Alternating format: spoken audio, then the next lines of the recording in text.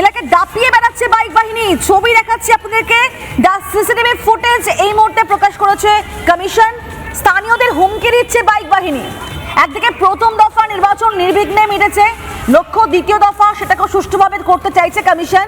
কারণ প্রথম থেকে একেবারে বদ্ধপরিকর, অবাধ, সুষ্ঠুভাবে, শান্তিপূর্ণভাবে ভোট করাবে নির্বাচন কমিশন। কারণ বিগত কোনো নির্বাচনে যে হিংসা হয়নি, এই ছবি দেখতে পাইনি আমরা বাংলার বুকে। এই প্রথমবার হয়তো এত নির্বিঘ্নে, এভাবে বিক্ষিপ্ত কয়েকটা ঘটনা ছাড়া নির্বিঘ্নেই বলা যায় যে ভোটাভুটি হয়েছে।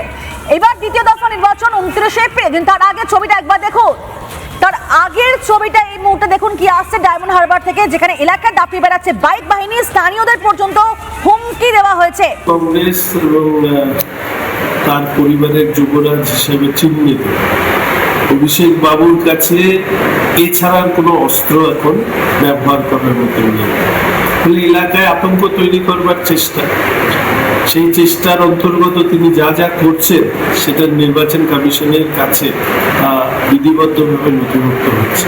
আর আরেকটা জিনিস শুধু বলে রাখি, ডায়মন্ড হারবার কেন, কোনো হারবারেই এবার তৃণমূল কংগ্রেসের এই ভয়ের নীতি, দুষ্কৃতীদেরকে সমন্বিত করে ভয় দেখানোর চেষ্টা কোনোটাই কাজে লাগবে না। কারণ মানুষের মেজাজ একটাই, এবার তৃণমূল সরকারের পরিবর্তন করতে হবে।